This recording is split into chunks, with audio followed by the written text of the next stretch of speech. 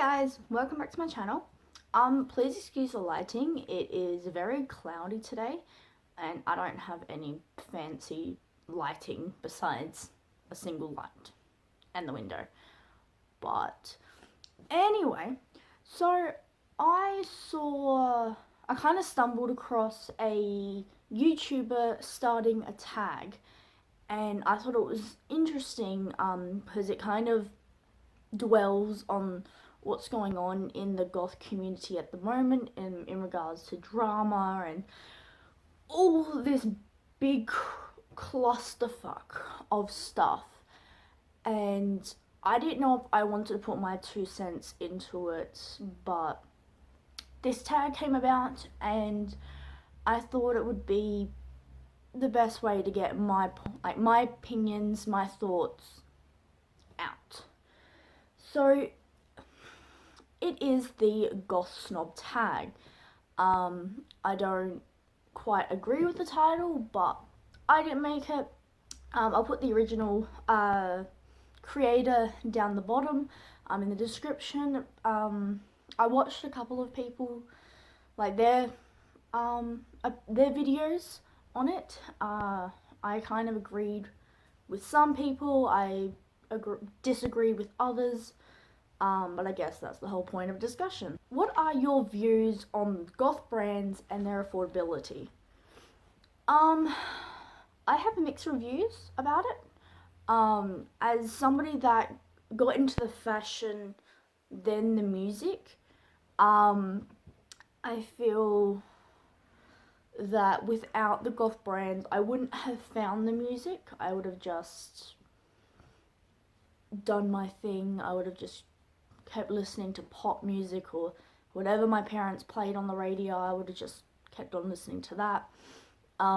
It wasn't until I got into the fashion that I realized there was a darker side to life called the music and all that good stuff.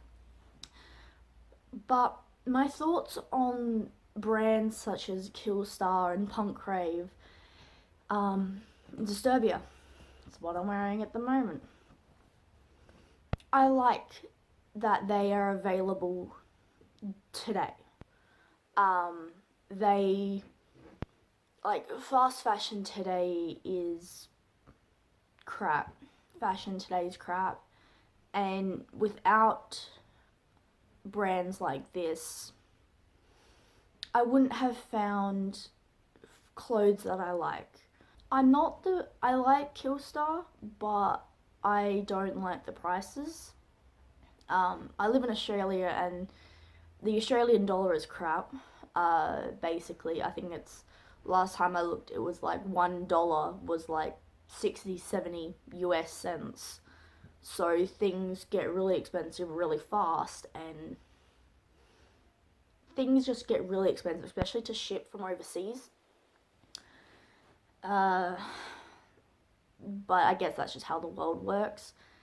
If I want something from Killstar or mainly Demonia, if I want something bad enough, I'll save for it.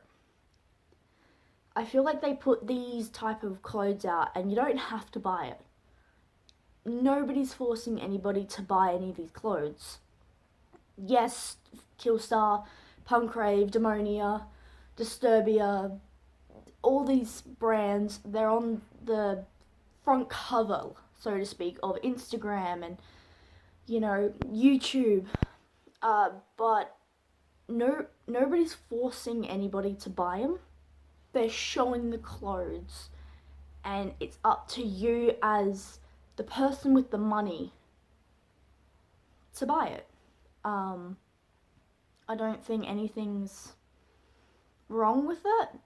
Jealousy is a big part, and I think that's why this whole movement started, was people were getting jealous that people were getting sent free clothes that people wanted. To sum everything up, my view is it's there if you want it. Nobody's forcing anybody to buy it. It's pretty, it's on the expensive side, and I can see why a lot of younger people feel like they can't be goth which I'll get into that later, uh, feel like they can't get into it because they see the fashion and they see the price tag of all these things, and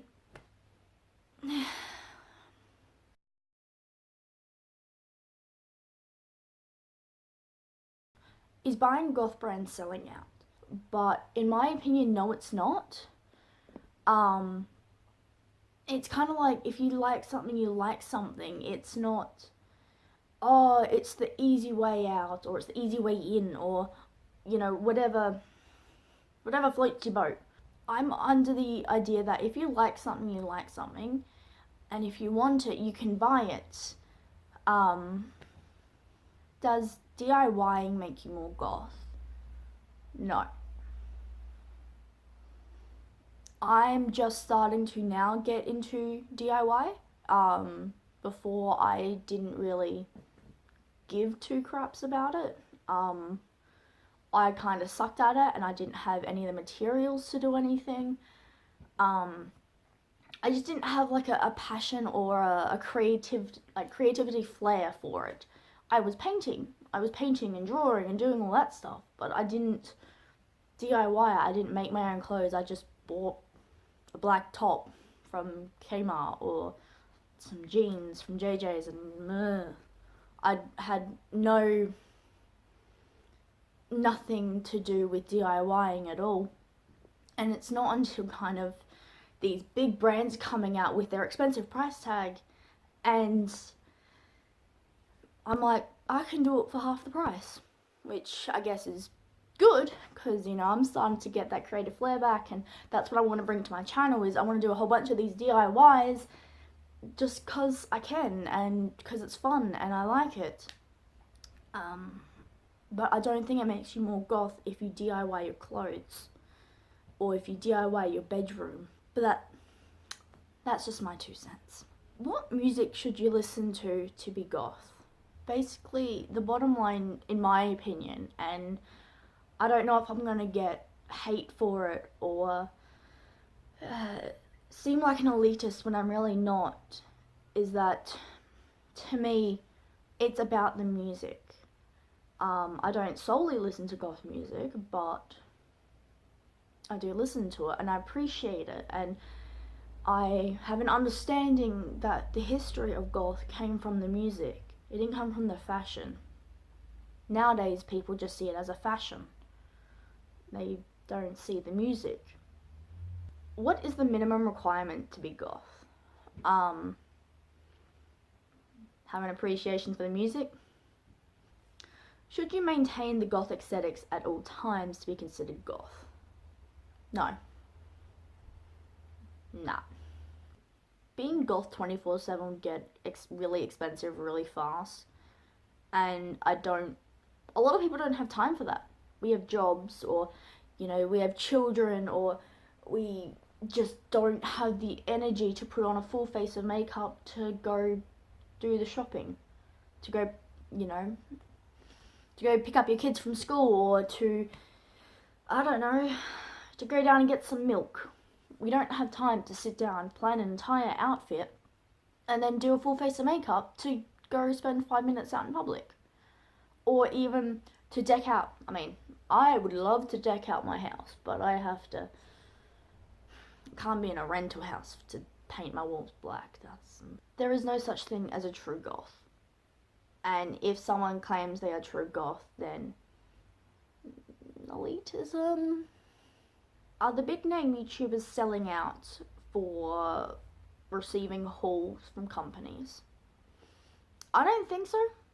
I watch a couple of big YouTubers, because I like them.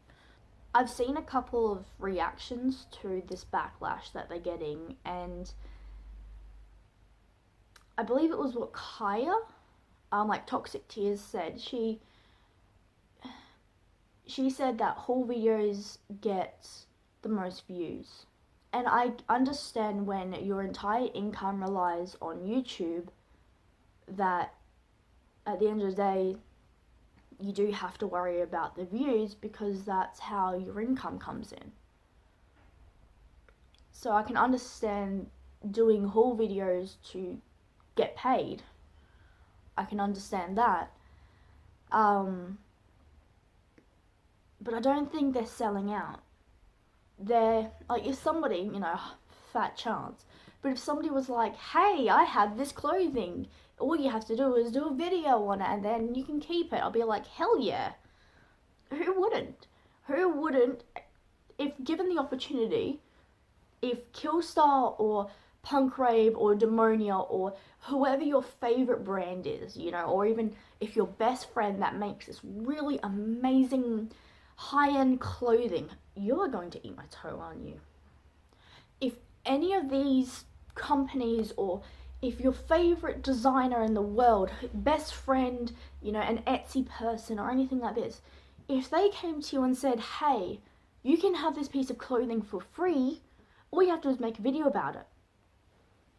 Who really would not jump at the opportunity to keep something they really like that's completely for free, and what they do is sit down and make a review on it? No, I don't think they're selling out for doing reviews. How do I feel about negativity, bullying, and harassment in the community? It's shit. Bottom line is, it's shit. Elitism and gatekeeping and bullying is not on, no matter what community you're in. If you're in, the jocks, or if you're in the nerd of the chess club, or, if you're just going to work and your group of, your workmates are bullying you, gatekeeping, all this stuff. It's not on, no matter what community you're in. I feel like with such a community that's kind of gaining in popularity as time goes on, as, social networking becomes bigger and bigger by the day, I feel like we need to educate the people that are coming in, wearing Killstar or wearing their thrift haul finds and all this stuff. We should educate them on what goth is and the history of goth, and then kind of leave it up to them to feel like if that's something they like or not, or if they're just into the fashion.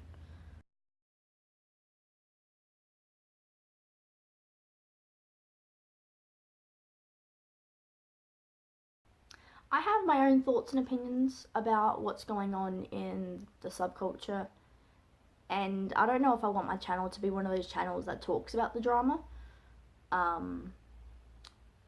I know I've done a lot of tag videos and makeup videos in the past, but it's only because I've been waiting for a free day where I can actually start doing some DIYs. And now it's that day. I'm so happy. All my opinions are my own. My opinion. And I hope that people don't see this as elitism. Calling yourself a goth is not about the fashion. And I feel like the best analogy is you can't call yourself a metalhead if you don't listen to metal. The same's with goth. You can't call yourself a chef if you don't cook. You can't call yourself a plumber if you've never been to trade school. I feel like we should accept people when they come in as people that are young to the subculture or new to the subculture, and educate them. Because that's what I want people to do to me. I want people to educate me. I want people to recommend me their favorite band or their favorite song, because I like listening to new things. And I feel like if we did that more, then I don't know, we'd find some pretty cool people out there. Thank you for sticking around and making it this far. It's been a bit of a waffle, a very big waffle, but those are my thoughts and opinions, and I would love for people to put their own down below. I'm gonna go out and get tattooed now. I'm excited for that. Then I'm gonna go out and film a DIY. I don't know if I'm gonna make it a proper DIY with step-by-step instructions. This is just me going, I like the look of that. Let's get some stuff and we'll make it ourselves. So thank you. Like, comment, and subscribe. I don't know if I'm going to be posting videos regularly, more around my job schedule and all that fun stuff. Bye.